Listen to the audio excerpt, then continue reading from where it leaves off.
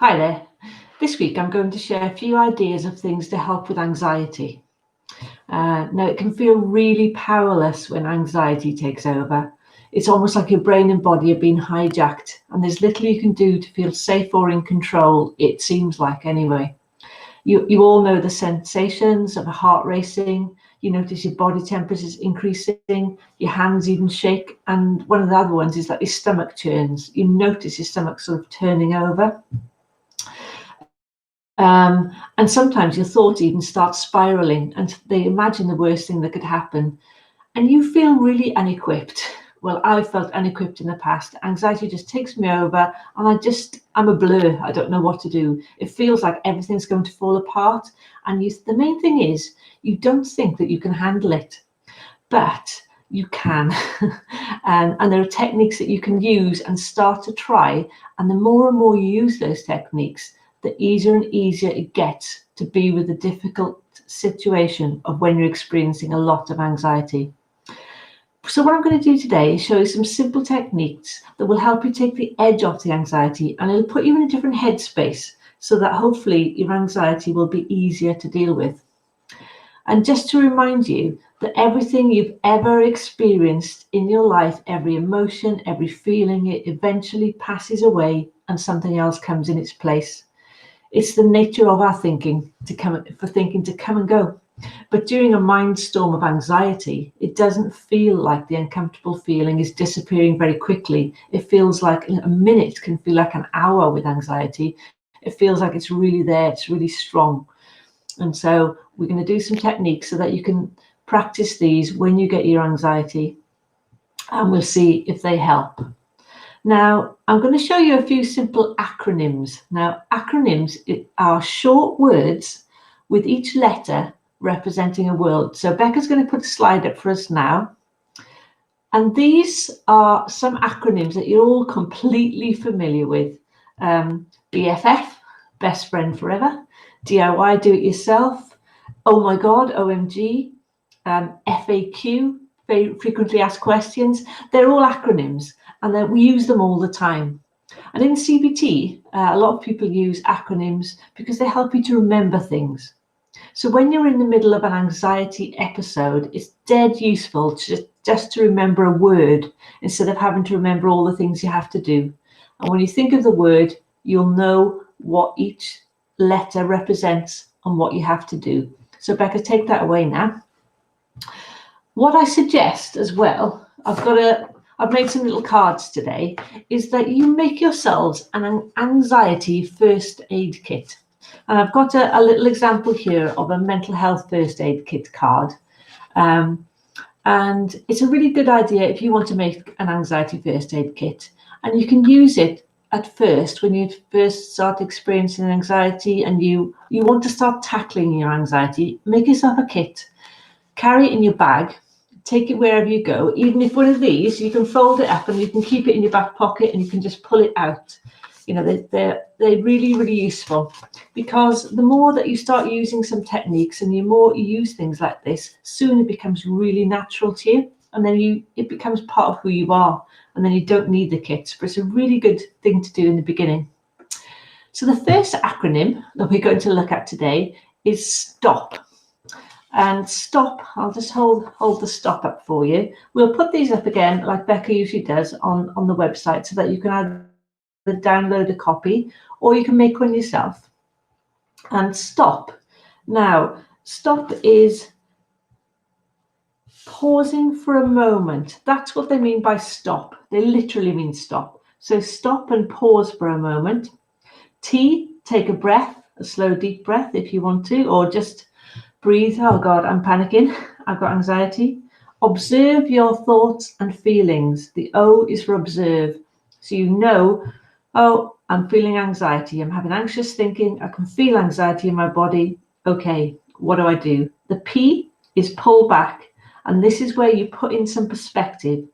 You try to consider the bigger picture. And the other thing about the P is that you know what it will pass. P is for pass. It's for pull back and pass, because eventually anxiety will pass, because anxiety is anxious thinking and anxious feeling, and anxious thinking and anxious feeling both pass. So stop, take a breath, observe, oh, I'm feeling anxiety, pull back, some perspective, know it will pass. And the other P on stop is to practice what works.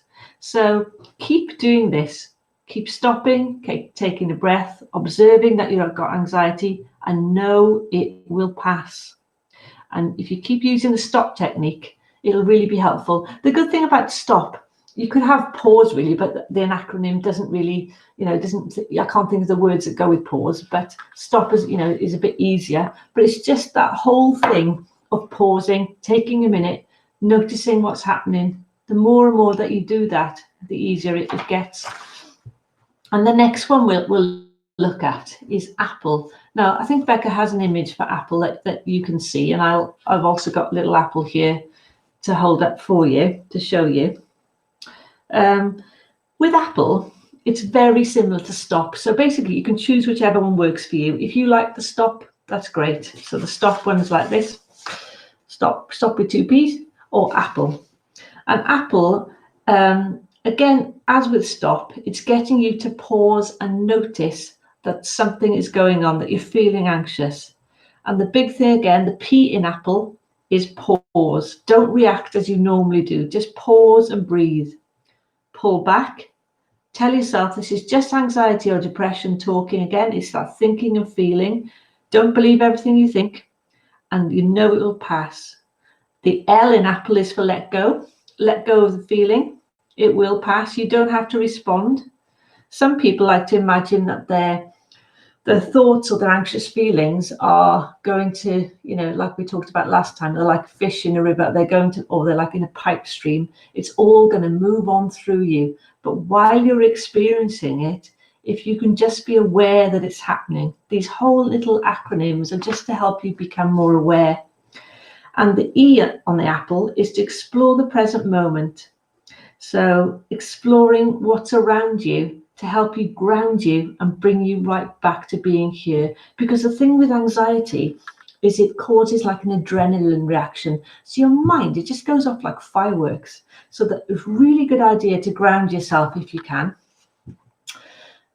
So if Becca wants to take away that now, I just wanted to say that some of you remember my friend Lucy Ackerman, who used to be an active monitoring practitioner for mind. And she had a brilliant technique that she showed me. I'll just hold that up for you to see.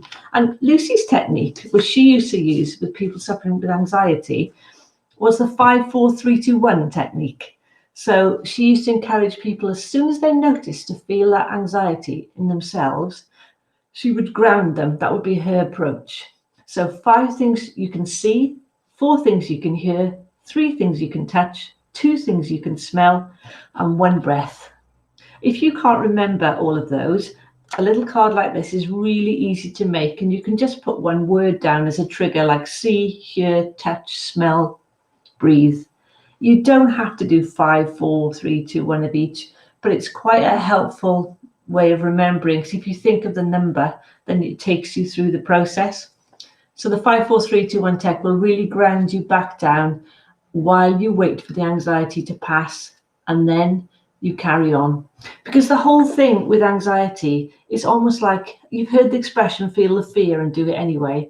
And anxiety eventually becomes feel the anxiety and do it anyway, because we have to live our lives around anxiety. We have to live with it. It's not something we're trying to get rid of. We're going to learn to live with it. And the more we live with it and the more we accept it, the easier it becomes for it to learn how to let it pass. It would be really great for me if any of you want to send any comments or sort of messages to me to tell me one thing you try to remember when you feel anxious, because if I get some ideas in from anybody who's out there listening, it'd be really useful to share those with other people. I saw something a few days ago that Becca's now going to put up for you, and that was another acronym, and it's called FAIL. If you fail, never give up, because fail means first attempt in learning.